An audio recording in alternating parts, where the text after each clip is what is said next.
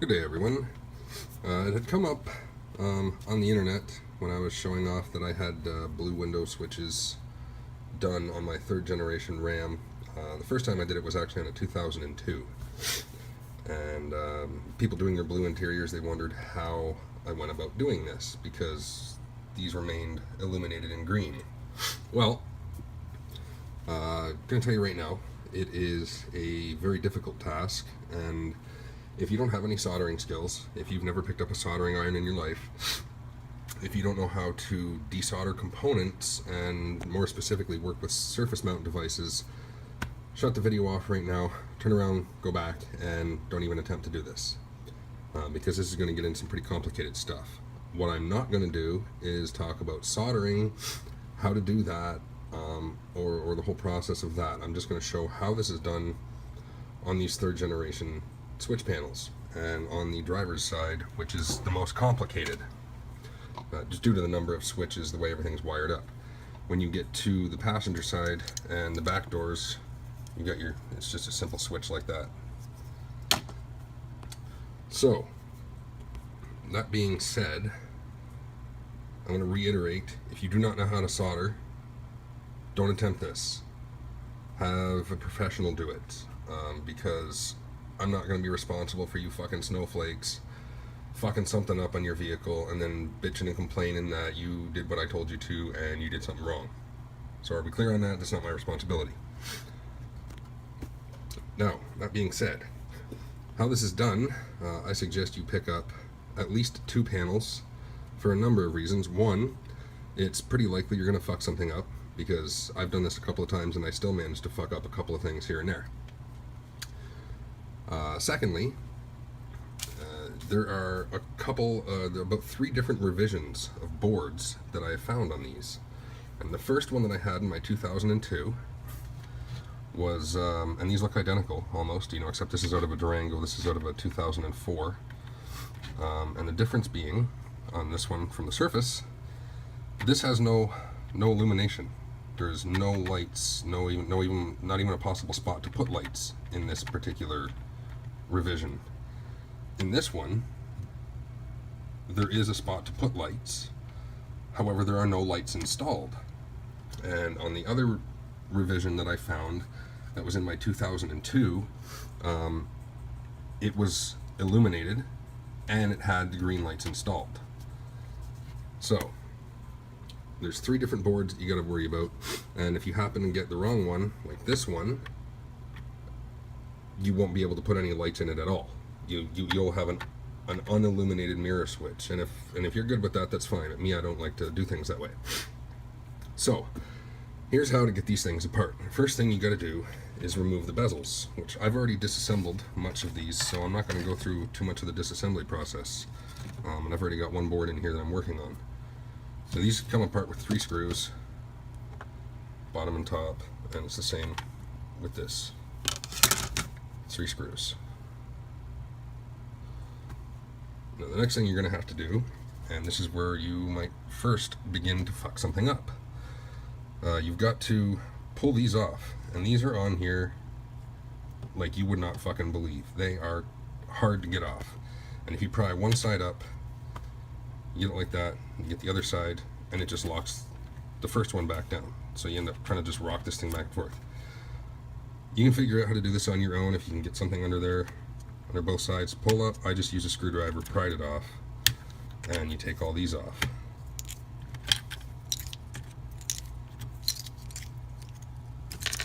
Also make note that your driver's window switch, your automatic one, is larger and has a wider nub on the top. First time I did this, I put this switch back in the wrong spot. That's not the only difference. After you've got those off, you have to pull this off, and this is one thing that likes to break. I got lucky here, this one didn't break. I have one around here somewhere that did though. Don't know where it is right now, but the inside clip will break off right in there, in here, and it won't go back on right. You can try and glue it and it might work for a little bit, but it's kind of a pain in the ass. So that's another reason to buy a second switch panel. So now in order to get this off, there's 8 tabs, sorry. 4 on either side. You'll have to pry them up, just a little screwdriver, and holding it there, pry up the other side, and then you'll be able to lift it forward and take that off.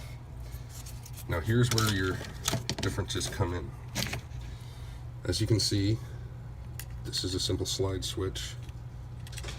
It just slides back and forth, up and down to make contact as you adjust the mirror. It sits in there like that in a little channel. There is nowhere to put lights on this board. None. So there won't be any LEDs installed on this one. The other thing I noticed about this board is that it came with these pins right here. And these don't solder in, they actually just snap in. So I should take that out here, I'm skipping ahead a bit. These pins, they actually just snap in like that, and then and the board snaps in on top. So they're just a friction fit. Now that leads me to the last difference here, and this is on all of them. Your driver's switch has that little black thing down there, and all of these switches have different size nubs on the side. If you look here, you can see that little plastic one there compared to the one on this side. It's much lower. So if you don't put the switch in the right way, this won't work right, and you will hit that every time you use your switch. See, right now that's for the automatic. So when you flip that once, you just get your window rolling down manually. You push a little farther, it flips that down, and that's what activates your relay, your automatic relay. So make note of that, because I put this in the wrong place one time. And it doesn't matter, all of these switches will work except your cover won't go back on right on the other switches.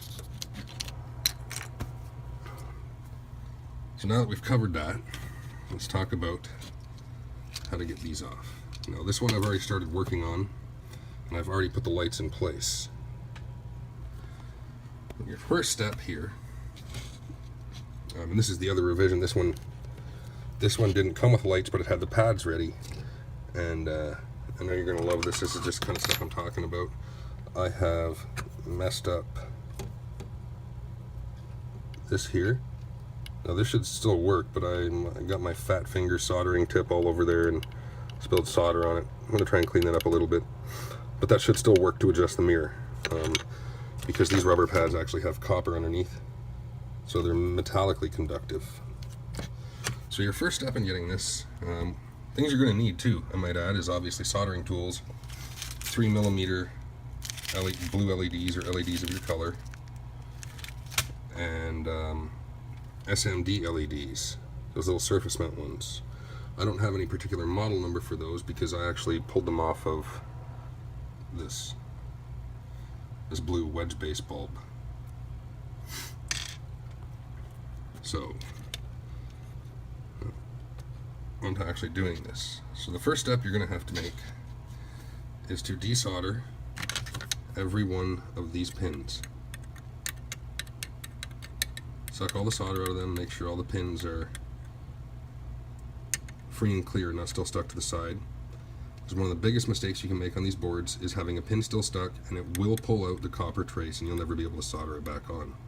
These are dual layer circuit boards, which means they run through to both sides. So inside of each one of these is a copper sleeve that makes a connection on the other side. If you pull off these pads, they won't work. Now if you got this board, there's no soldering to be done here. These pins will just pull out. You can wedge a screwdriver under here very carefully and just kind of work the board from side to side, wiggling it up over the pins. And you have to do the same up here on either board, to desolder all these pins as well. Or well, if you're just removing this, all you'll need to do is just desolder this pin, and then this board is removable. If I can get this one off, it's removable like this. So now you've got a board with all your switches. and you see the other side. Now another thing I want to note here is that, give me a second to pull this off there. Another thing to note is that these are actually different revisions of boards. You can notice the revision numbers down there. I'm not entirely sure what's different, and they look to be pretty much the same. I haven't looked to see if there's bulbs in this one. Maybe there's not, but I think there are. Actually, looking down there, it doesn't look like there are any. So this may not have bulbs in it.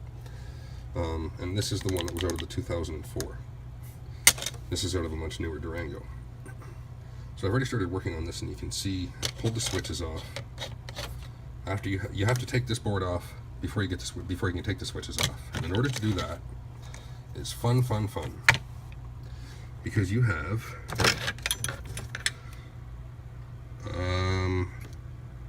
about 6 pins for each switch, and as you can see, there's a pin, that's a pin, that's a pin, that's a pin. Those are easy. You can just solder those and push them out with your soldering iron. These are the hard ones, right here and right here, because these are tabs that are bent. They also make a connection to the board and to the switch, but they're bent in there. And these are the hardest ones to get out, because you got to suck the solder out and try and bend it while it's hot. If you try and bend this while it's cold like this, you will rip the trace off the board, as I've already actually done on this one right here.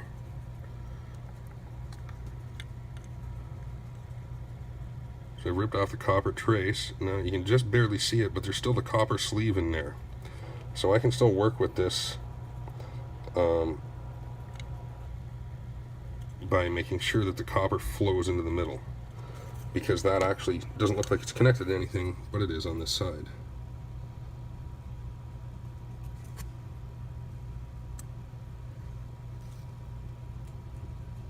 And it's that little pad right there beside the LED.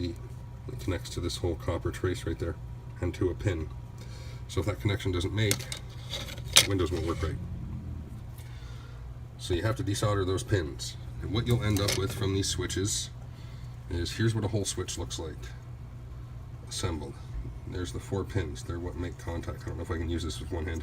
This is another thing that you can break when you're pulling off the caps, the black caps that we pulled off, and I forgot to mention that earlier. But I snapped this off, so that switch will never seat right. But I only did that to one. So that's another reason it's good to have a backup.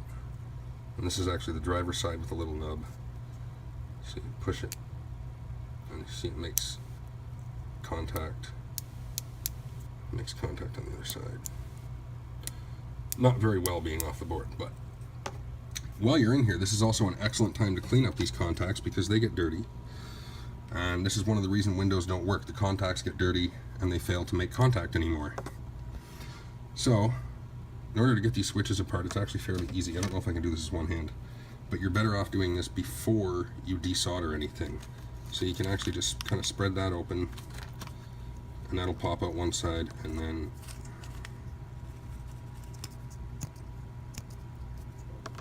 let's see if I can prop this up on something here,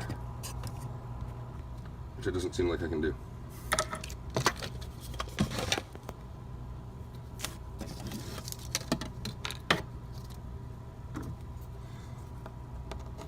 So there's your switch, and you can just kind of pry the side open there, and then same with the other side, and your switch will come out. Don't lose these, they come out, and there's springs inside there. Remember to make note of which way your switch came out if you're using the driver switch. Now you can see the different nubs over here and here better. This is the one that needs to line up with the plunger to activate the automatic relay. And then what you'll have is these will come out, switch contacts, and that's when you can desolder your pins in there, which when you push them through, they will just should come just through the other side like that, to which they can be grabbed very gently and sorry about that, and grabbed very gently and pulled out. So what you will end up with is 5 switches. Sorry, it doesn't want to focus here. 5 switches, 4 pins per switch, and 2 contacts per switch that you'll take out, and that'll get your board exposed. So if you've stuck with me this far, congratulations. I'm just going to need a minute here to refocus my camera. That's better. So let me try this again here. You got those little contacts. You've got 4 pins in each switch. And these 2 little plungers in your switch. So now that we've got that done, you get your board exposed, get all your switches off. She's looking like that. She's cleaned up with some rubbing alcohol because it will get a bit messy like that. I haven't really cleaned this up yet. I cleaned it up with rubbing alcohol. It'll look like as nice as some of these, which I haven't finished cleaning this up yet. So now we finally got this far.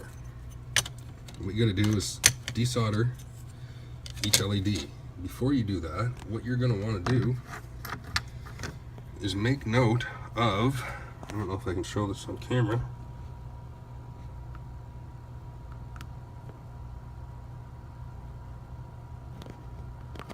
Let me see. If you can see there on the right side of the LED, this is really hard to show on camera, but on the right side of the LED over here is a bit wide, and then there's a break in it, and there's a little narrow side. You're going to want to make sure that your LEDs that you're replacing them with,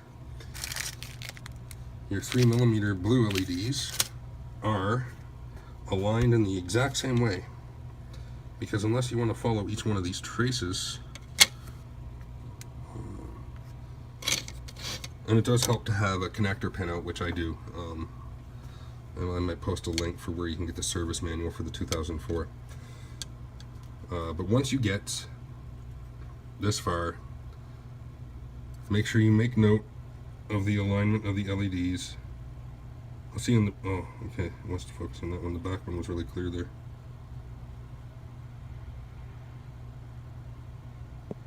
There, that looks about right. You can see how there's one wide side and a little narrow side and a break in between. But the light reflection isn't too bad. There we go. That looks better. You must make sure that your LEDs that you put in there are aligned in the exact same way. Because depending on the revision of board, these may not all go in the same way. I learned that the hard way. Also learned the hard way to make sure to make note of that before you go and solder them all in. So when you flip it over, you'll see, let's see, they're the little pins. I do believe, yep, there's your switch right here. Your 4 big switch pins. Your 2 smaller hold down pins that still make contact. And there's your 2 LED pins. Which again, you'll have to use your solder sucker. Either your solder wick and or solder sucker to suck the solder out before you can push out the LEDs and then replace them.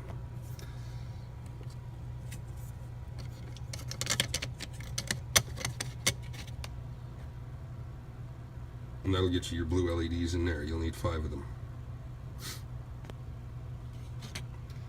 And your upper board here, this is a little different. Depending on which revision you have, whether it's the one that comes with the LEDs pre-installed, I'm having a hell of a time to get this off of here right now.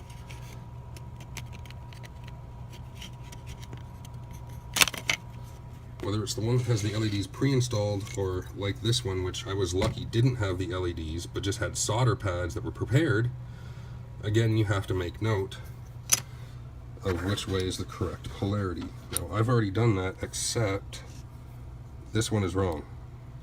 I messed up. I messed up on the marking, but I realized it before I put the LED on. This is actually positive, not negative. These are all hooked up in series. You'll have to put a 220 ohm resistor right here, and that'll stop your LEDs from burning out when your vehicle's running at 14.5, 15 volts. But this is where your power goes in here, runs around to the other side of the board, and comes up to here. So there's your positive, there's your negative, and then it runs out to this one, So there's your positive, there's your negative.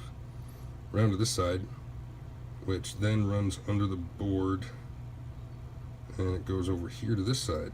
Positive, your negative, and then that one runs under here, coming up there, over here through there to your negative side, coming back up there, and then it follows this trace over to here, which is your ground pin.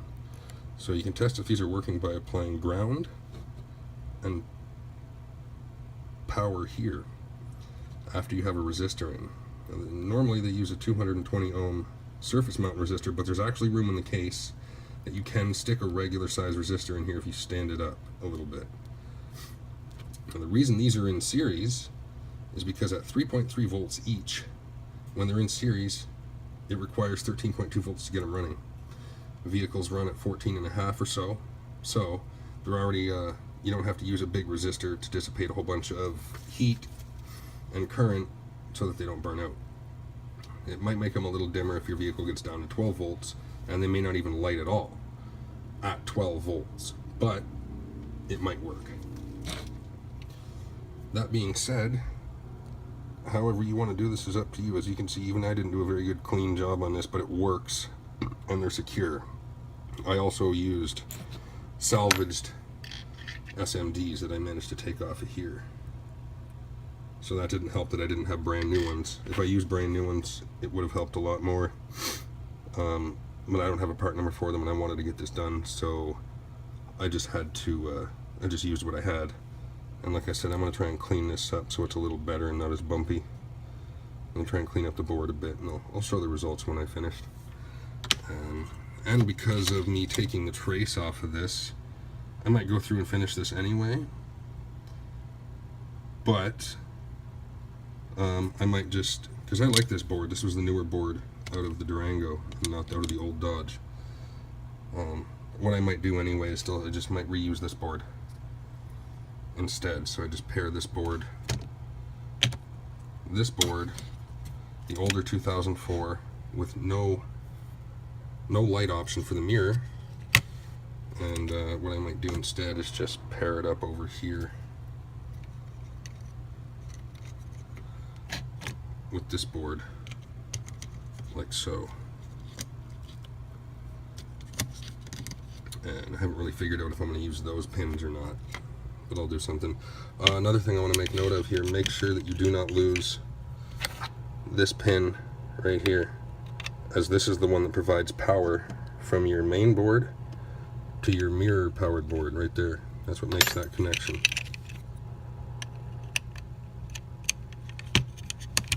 Right there, so that goes in there, and that goes in there, and there. Now these will actually slide in there and lock into place. So I haven't decided what I'm going to do, but I have to replace this switch, so I'm going to have to use one of these anyway.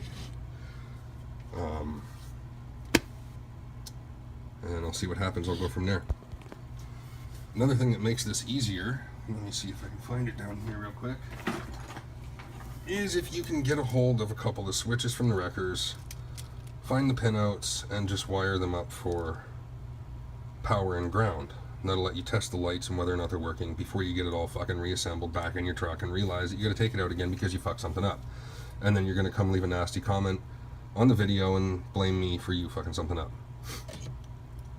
So there's the two connectors that go in the back of there. I'm actually gonna do this with a gauge cluster too, when I get that far. But the gauge cluster doesn't require any soldering. It just has to be able to determine what the polarity is on the LEDs. So that's that for now. If these are both working, I might consider selling one of them. Well, I mean, the one I'd consider selling is the one without any lights for the mirrors. So if anybody be interested in that, let me know, and it might give me the motivation to actually get it done. So that being said, that concludes this part of the video anyway. If you got soldering skills, you should be able to do this based on what I've said, what I've gone through here. I've gone through the process and what's done for it. And putting it back together is fairly easy. Just make sure all your holes are really clean. You always want clean holes. Nobody likes dirty holes. Maybe some people do, I don't know. and so that everything slides back in nice, and then make sure to get her soldered neat and clean. So I'll get to part 2 when I get more of this done. Do a part 2 video and try and go a little farther with it. So that's all for now. Thanks, guys. Be sure to check out part 2. Okay, here we are so far. I've got the switch housings put back in. I've got all the LEDs in, and that middle rail there is power. If I hook up ground down here, we can see I've got 5 lights lit, sorry, and that's at 12 volts. Now these aren't lit because the ground connection doesn't join between both of these boards like the power connection does here and here. So in order to check these ones, we got to hook up this little ground switch right there, and then we see we have power to those 4. So I don't know what I did with it. If I take my harness here, just give me a minute, and hook it up. It's fucking impossible to do with one hand. And plug in our harness.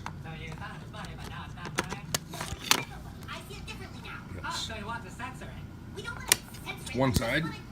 We'll hook up the other side. Somehow.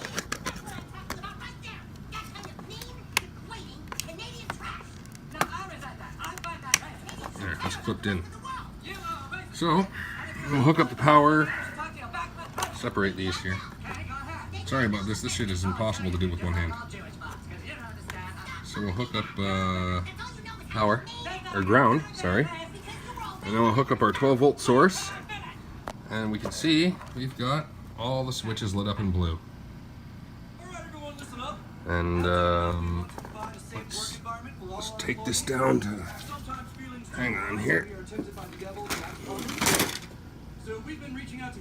Let's take this down to 11 volts.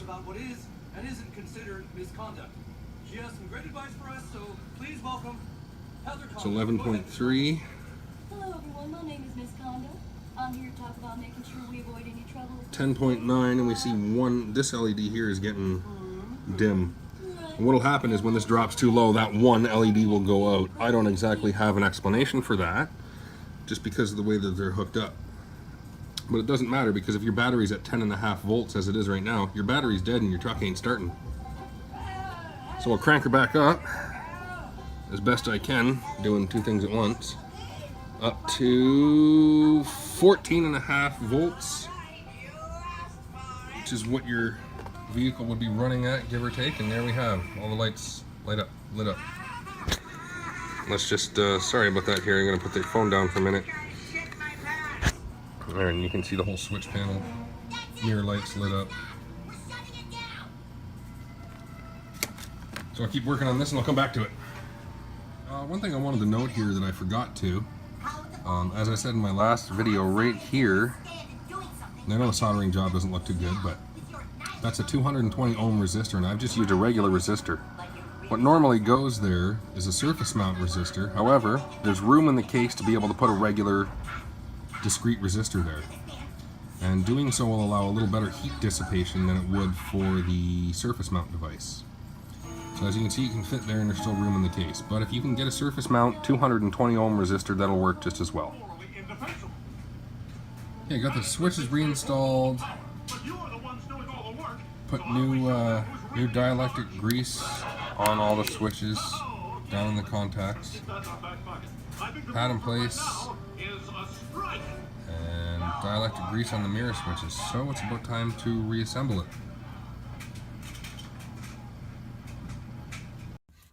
Switch panel all back together. Got all my door switches done. And I know you're looking at a dark screen. Just bear with me. There we go. Blue lights and my door switches. Windows all work, automatic there. Door locks work. I am having a problem with my passenger side rear door lock, but that's fine. Yeah, that's the passenger side door. Rear passenger side door and driver's passenger side door. as well as that, I've also got the adjustable pedal switch done as well. Right there. I haven't really put this one back in yet though. I still have some other things to do with my dash before I get that back in. So that's it. And that's how you switch the colors of your LEDs inside your door switches.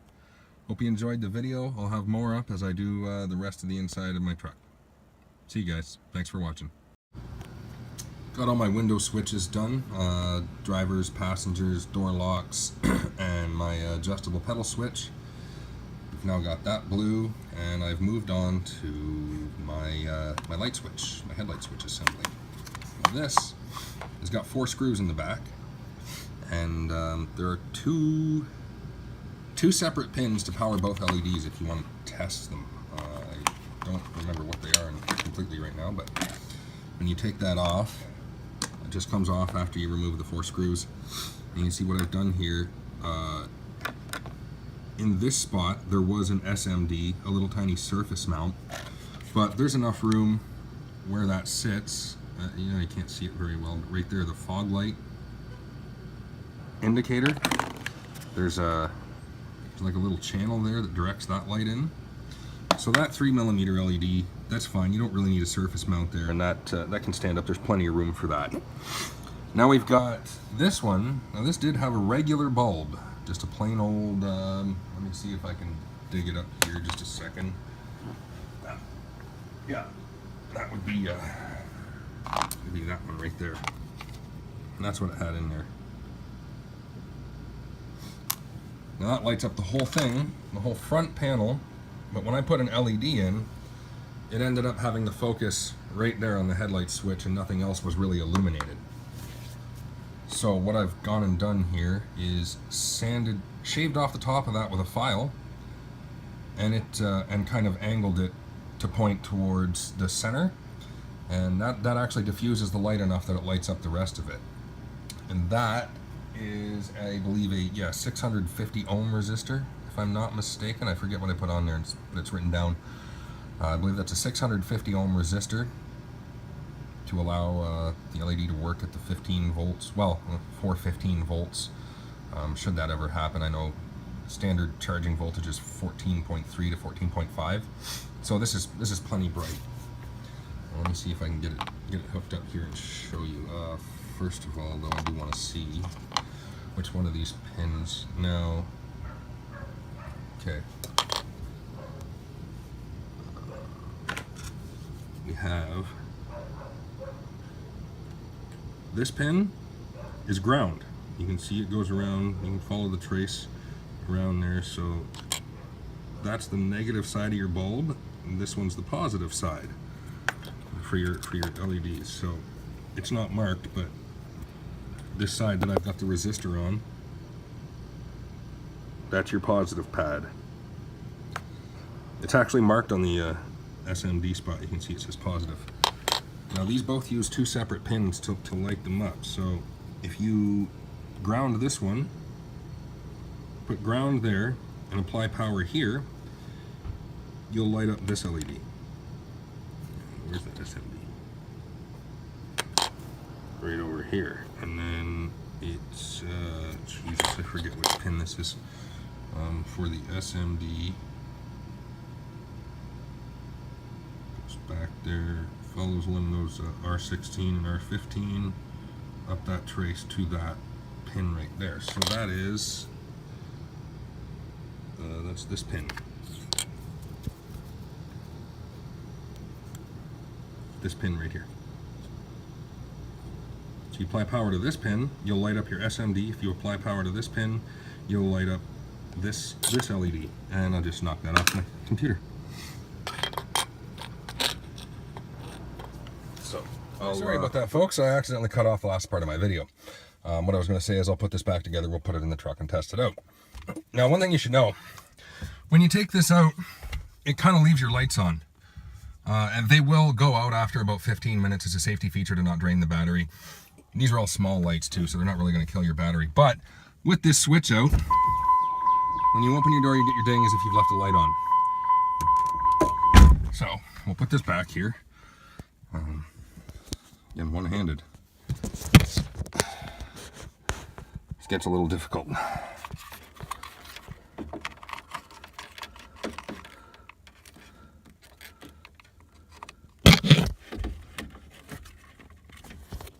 Alright, we got our plug back in and lights off. Everything's, no dinging, everything's working great. Map lights in, dome light in. Haven't done the cluster yet. Haven't done climate controls and have not done my Otis. Let's get the keys in here, turn her on, see how things look. So we got our window mirror switches done. Passenger side, rear windows, also rear window down there. And now our light switch. Booyah.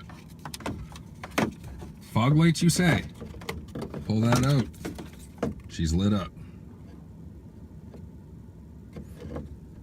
And as an added bonus, because of where the LED is focusing, it actually makes the bottom of this dimmer, which personally I like, because it makes it appear as if the gauge is increasing in brightness as it would.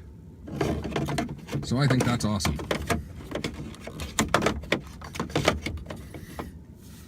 I'll get the rest of the panels put back in. I've also got some lights I'm going to put in the vents here.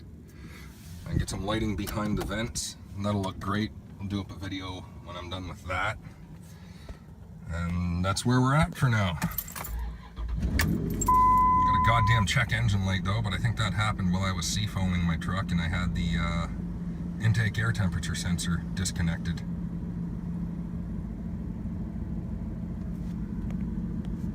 That's all for now, folks.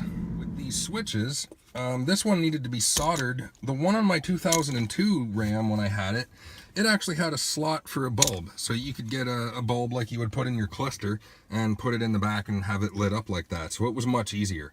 So if you're lucky, you can find one of these switches that has a slot to have a bulb just put right in instead of having to do any soldering or any kind of work like that. So yeah, that's...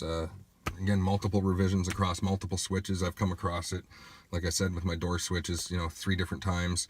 And now this, I noticed there's probably 2 or 3 different revisions of these too. So just keep that in mind. And if you want to do this and you don't really have the skill, maybe find one of these that has the slot for the bulbs. There's a little bonus I forgot to mention. One thing I will be doing is hooking up these lights because there are no footlights down here. And quite frankly, that really bothers me. These came off of a 1996 Mercury Cougar.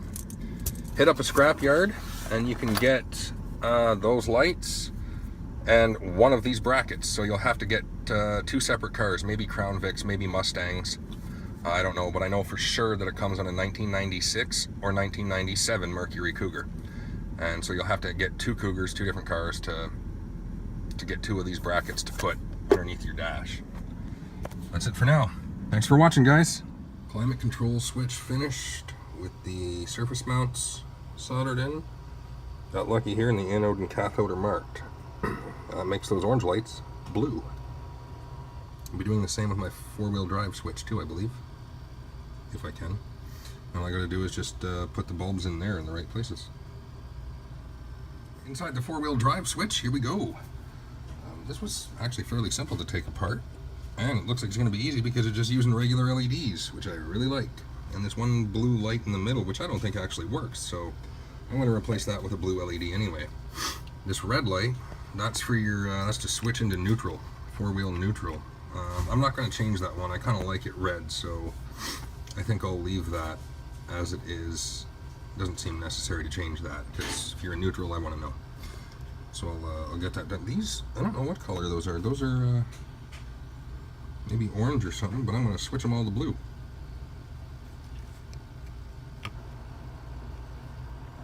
This looks fairly straightforward. Looks like you just desolder the bulbs and put them in. There's already resistors on the boards. This one's actually pretty simple. I'm going to have to trace the circuit around a little bit and see if the resistors are in the right place, but it kind of looks, just looking at it briefly now, it kind of looks like it. So that's what we'll do. Onto my 4-wheel drive switch. I forgot to record removing the bulb, and I put this one in. This was burned out, so what they put in there is that it's just a regular bulb, and they got some kind of blue rubber coating on it. And I put this in, Now, I didn't have a lot of room here, so what we had to do, I got that resistor soldered as close as I could, and I had to shave off top of the bulb to get it to fit in there. Otherwise it was hitting the back of the switch and wouldn't fit. And this side is positive. I always put the resistors on the positive side. So what I'll do here with this one, I'm going to keep this one green, and I'm going to replace this one and this one with blue. Let me get my poker out here. Yeah, I'll replace this one and this one with blue, just regular 3mm LEDs. And this one, I'm not too sure what to do with it. I want to put an SMD on there, but I don't have a resistor for it, so that would cause a big problem. And I'm not sure if I don't think I can get another one of these in there, because that sits almost right against that little light diffuser down there, so it wouldn't actually diffuse the light across there very well. I took this out from there. It's actually glued in, so if you pry this out, you'll be removing a bit of glue up there. You can see around. So I'll get to this, get those two LEDs replaced, and figure out what to do with that bulb back there. Well, let me tell you, this was a fucking challenge. I've got those two lights replaced. They're now blue. Yeah. This one and this one are blue. This has been shaved down to fit, so it fits behind the knob, and I'm really not actually too happy with the kind of work I did here. It was problematic, and I ended up taking off a little bit of the circuit board solder mask, which is okay. I didn't affect the pads at all, and this is basically just on like a blank spot on the board like here, so it's just getting through to the fiberglass a bit. It won't be much of a problem. I may put a little bit of epoxy or something over top of it just to seal it. But this was a challenge. I had to get creative and not only shave the bulb down a lot, I frosted it around the sides just by sanding it, and as you can see, had to turn the resistor sideways,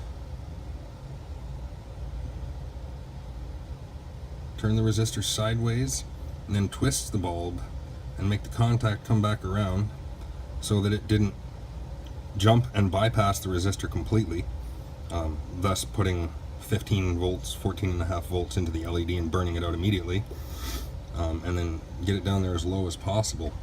And it actually works in here now, but it's not dark yet, so I can't tell how well it diffuses the light.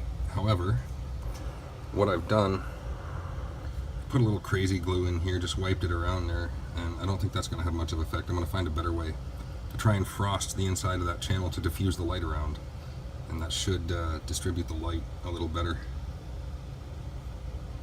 and hopefully that'll work out. So I'll get back to it when I got it assembled and it's dark.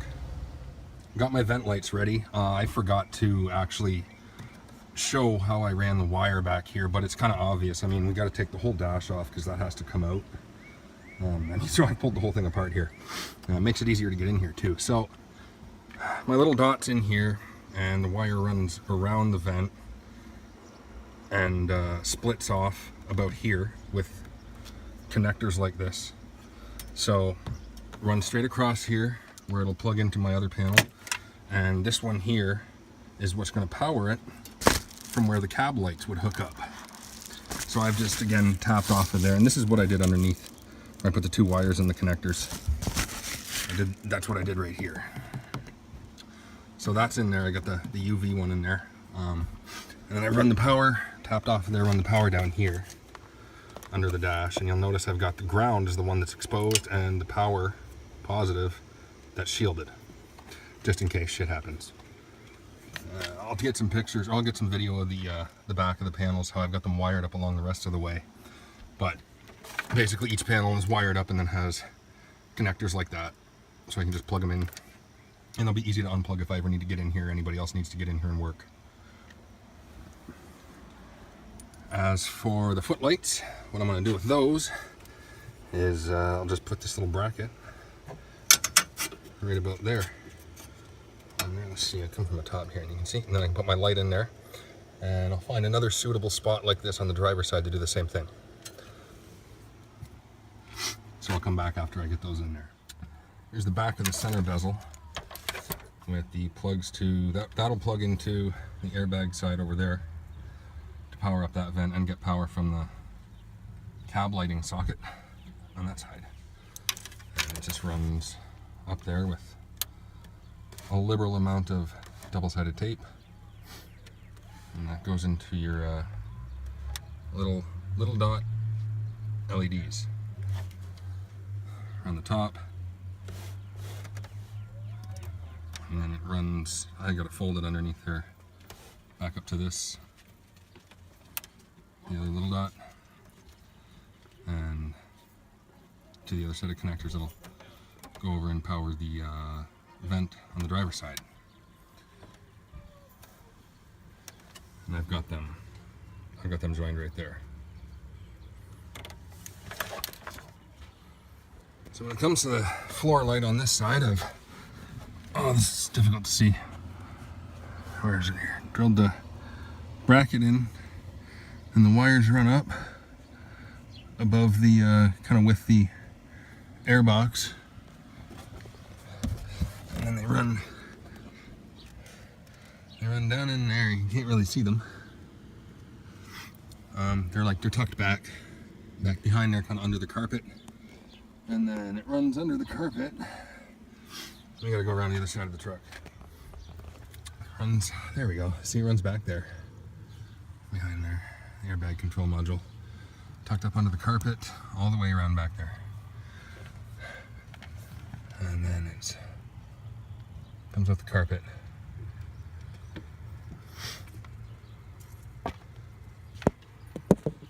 And it's taped to the main plug. Just goes to the socket, and then the other wires on the other side. I fished them up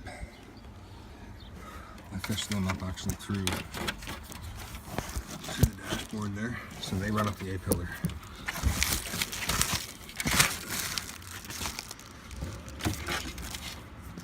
They'll run up the A-pillar here, and they'll find a place I can cut into the cord and tap into the dome light up here to install the footlights and give them power when the door is open.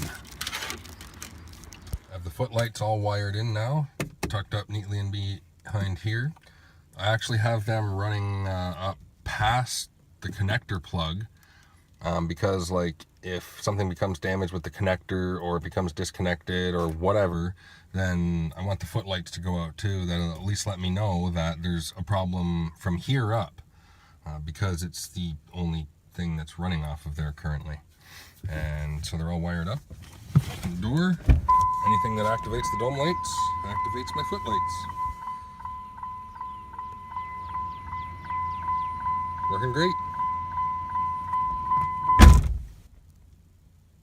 Hope that helped. Gives you guys some ideas.